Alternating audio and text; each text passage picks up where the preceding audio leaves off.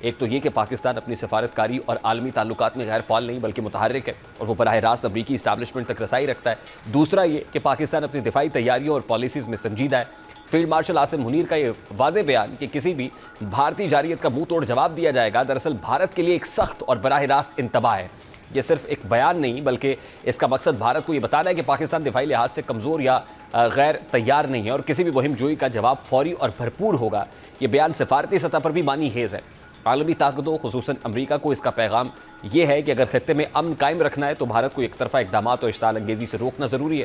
پاکستان کا یہ موقف کہ وہ جارحیت برداشت نہیں کرے گا، واشنگٹن کو اس بات کی یاد دہانی ہے کہ جنوبی ایشیا میں کسی بھی بڑے تنازع کا آغاز دونوں ممالک کے لیے تباہ کن ہو سکتا ہے اور عالمی امن کو بھی نقصان پہنچا سکتا ہے۔ پاکستان کی داخلی سیاست میں بھی یہ دور اہم ہے۔ ایسے وقت میں جب ملک سیاسی عدم استحکام کا شکار ہے، معیشت دباؤ میں ہے اور بیرونی تعلقات کو سنبھالنا ایک چیلنج ہے، ایسے میں فیلڈ مارشل کا عالمی سطح پر فعال نظر آنا ایک پیغام دیتا ہے کہ ریاست کا دفاعی اور سفارتی پہلو کمزور نہیں ہوا۔ یہ دورہ نہ صرف ادارہ جاتی سطح پر اعتماد پیدا کرتا ہے بلکہ عوام میں یہ تاثر بھی دے سکتا ہے کہ عالمی سطح پر پاکستان اب بھی اپنا موقف پیش کرنے کی صلاحیت رکھتا ہے۔ اس دورے کی ممکنہ کامیابیوں میں ایک یہ بھی ہو سکتی ہے کہ امریکہ کے ساتھ کثیر الجہتی تعلقات کو فروغ ملے، یعنی محض دفاعی شراکت داری تک محدود نہ رہا جائے بلکہ ٹیکنالوجی، توانائی، تعلیم اور موسمیاتی تبدیلی جیسے شعبوں میں بھی تعاون بڑھایا جائے۔ اس سے پاکستان کو عالمی سطح پر زیادہ متوازن اور ہمہ جہت شراکت داری کے طور پر پیش کرنے کا موقع ملے گا۔ بھارت کے لیے اس دورے کا ایک اور اہم پیغام یہ ہے کہ پاکستان بین الاقوامی برادری میں اپنی جگہ مستحکم کرنے کے لیے متحرک ہے اور وہ امریکہ جیسے اثر و رسوخ رکھنے والے ممالک سے براہ راست رابطے میں ہے۔ یعنی یہ ملٹی پرونگ ایک دورہ ہے جس کے ملٹی فیسٹ قسم کے جو امپلیکیشنز ہیں وہ نہ صرف پاکستان پہ بلکہ بھارت کے اوپر بھی مرتب ہو سکتے ہیں۔ اور ایم شور کہ اس دورے کو بہتر انداز میں کیپٹلائز کیا جائے گا جس کے اثرات آنے والے دنوں میں دکھائی دیں گے۔ ابھی ایک بریک لیں گے، بریک کے بعد واپس آئیں گے، ایک اور امپورٹنٹ سٹوری شیئر کریں گے۔ اس بریک کے بعد ہمارے ساتھ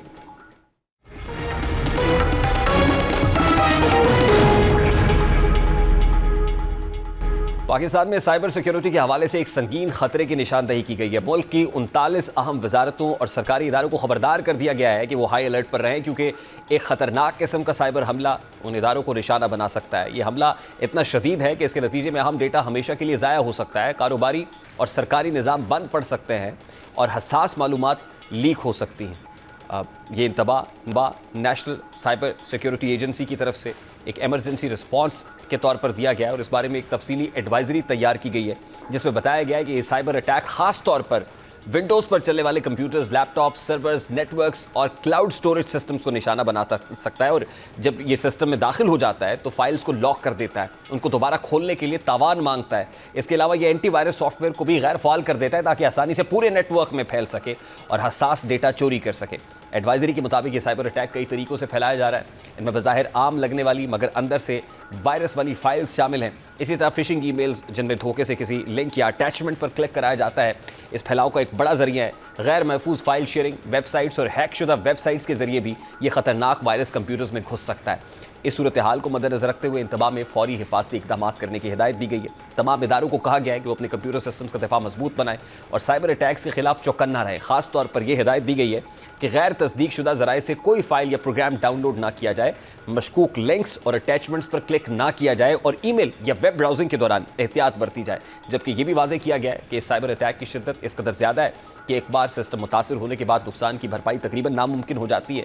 اس لیے اداروں کو لازمی طور پر آف لائن اور محفوظ بیک اپ تیار رکھنے کا کہا گیا ہے۔ اس کا مطلب یہ ہے کہ اہم ڈیٹا کی ایک کاپی ایسی جگہ رکھی جائے جو انٹرنیٹ سے جڑی نہ ہو تاکہ اگر سسٹم متاثر ہو جائے تو ڈیٹا دوبارہ حاصل کیا جا سکے۔